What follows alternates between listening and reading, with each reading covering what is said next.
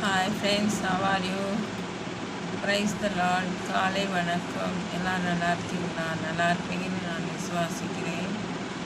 இன்றைய வேத வாக்கு தத்துவம் உபாகமம் 28ஆம் அதிகாரம் 3வது வசனத்தை நான் உங்களுக்கு சொல்லி அதனோட விளக்கத்தை நான் சொல்லுகிறேன்.